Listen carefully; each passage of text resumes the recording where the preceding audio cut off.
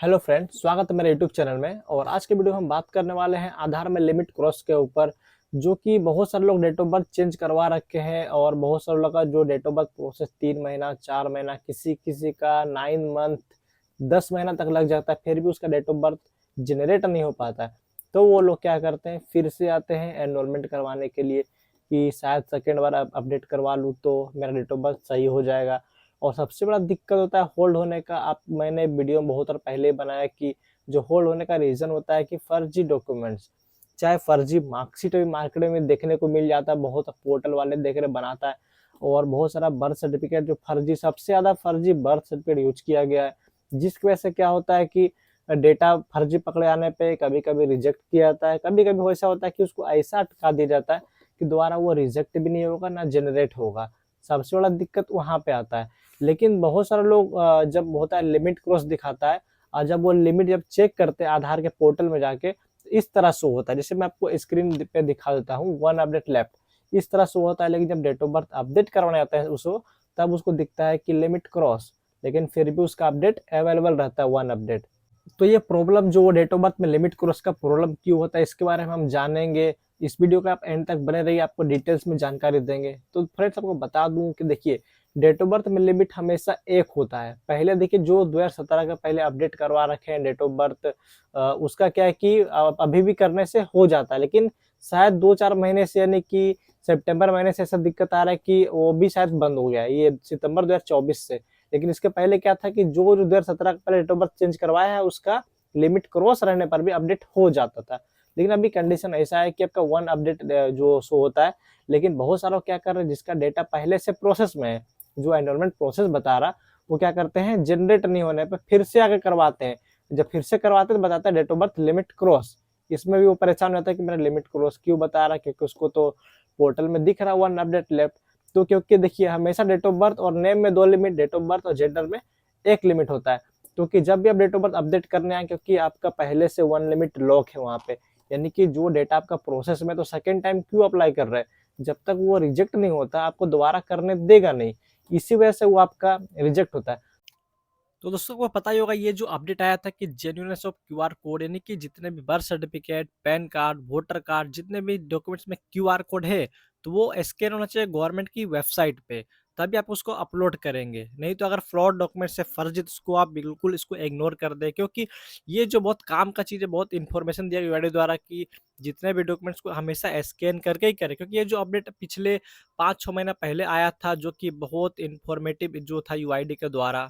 और एक प्रॉब्लम देखने को मिल रहा है, जो जो डेट ऑफ बर्थ चेंज करवाए थे आपका सितंबर महीने के बाद या उससे पहले, यानी जो जो जब से वो डेट ऑफ बर्थ का वेरिफिकेशन शुरू होने लगा क्यूसी पे, जहां पर दिखने को ये मिला कि बहुत सारा रिजेक्ट किया गया है। अब बहुत सारा का प्रॉब्लम ये आ रहा है कि जो we are unable to process outage बोलकर रिमार्क आ रहा था ऊपर में, कभी कभी ऐसा आ रहा वी आर प्रोसेसिंग डिले, जो रेड मार्किंग आता है वैसा एरर आ रहा देखने को।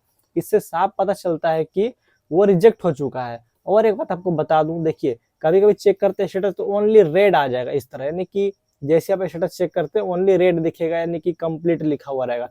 तो इससे साफ मतलब है कि ये फर्जी डॉक्यूमेंट से, इसलिए आपका डेटा को रिजेक्ट कर दिया गया है। तो ये रीजन यही होता है कि फर्जी डॉक्यूमेंट की वजह से ही ऐसा होता है।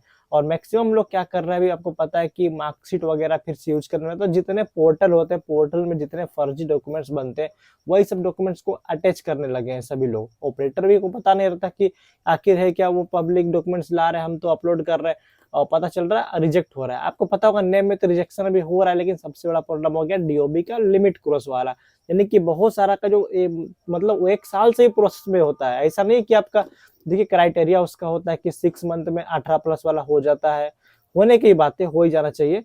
और जो 5-18 वो 3 महीने में। लेकिन ऐसा नहीं है कि अब पूरा पूरा 1 साल लग जा रहा है, किसी का 8 महीना 9 महीना, आप जानते होंगे प्रोसेस में रहता है। वो दोबारा अप्लाई करते फिर भी ये लिमिट क्रॉस बताता है।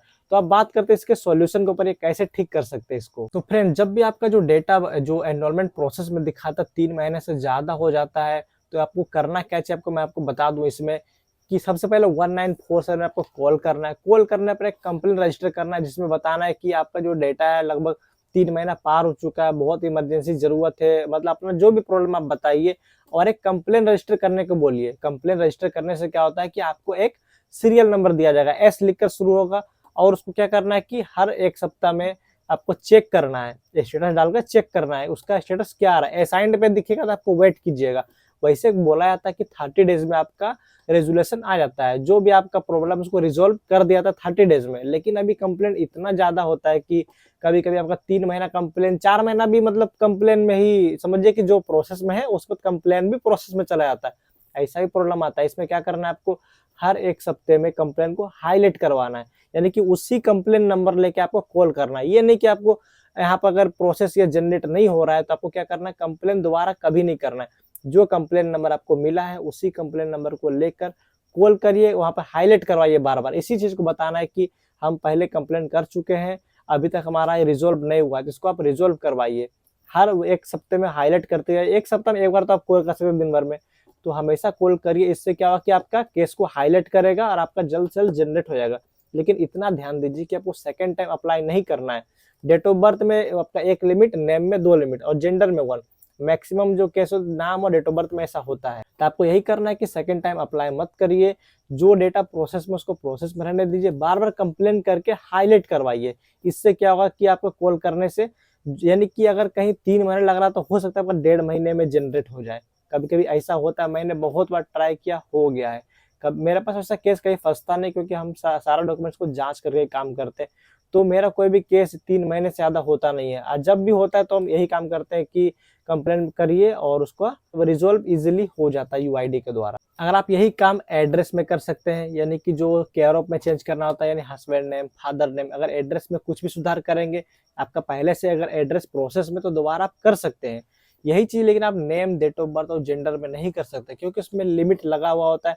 आप एक बार से ज्यादा अप्लाई नहीं कर सकते। आप तब तक अप्लाई नहीं कर सकते जब तक आपका रिजेक्ट ना हो जाए। पूरी तरह से रिजेक्ट होना चाहिए। ऐसा नहीं है कि आपका पुराना वाला प्रोसेस में आप सेकेंड टाइम डाल दें। मैक्सिमम लोग हमें कॉल करते हैं इसी बात पे कि देखिए हम पहले से किए थे, सेकेंड टाइम कर रहे हैं, तो ऐसा बता रहा है। तो देखिए साफ बात है कि जब तक आपका डेटा रिजेक्ट नहीं होता, आप सेकेंड टाइम अप्लाई नहीं कर सकते हैं। तो फ्रेंड्स, मैंने जो भी बताया कि जो आपका डेटा हमेशा प्रोसेस में दिखाता है एनरोलमेंट, तो उसको कैसे सही किया जाए कि फास्ट जनरेट हो जाए, यही तरीका मैंने बताया है। अगर आप चाहते हैं कि जो डेट ऑफ बर्थ का लिमिट क्रॉस का जो प्रोसेस क्या सही असली प्रोसेस, बहुत सारे लोग बताते हैं, रॉन्ग इन्फॉर्मेशन देते हैं। हम जो बताएंगे जो अभी लेटेस्ट अपडेट आया हुआ कि इस तरह से अपडेट करना है लिमिट क्रॉस का, हम उसका सिर्फ इन्फॉर्मेशन आपको देंगे किस तरह करना है। होना नहीं होना हुआ यूआईडी तय करता है कि आपका जनरेट होगा या नहीं होगा, क्योंकि उसमें भी टर्म्स कंडीशन कुछ होता है। तो इसका प्रोसेस मैं बताऊंगा नेक्स्ट वीडियो में। तब तक के लिए इतना ही। अगर आपको ये वीडियो अच्छा लगा तो वीडियो को लाइक कीजिए, मेरे चैनल को सब्सक्राइब कीजिए और वीडियो को अपने फ्रेंड के साथ शेयर कीजिए।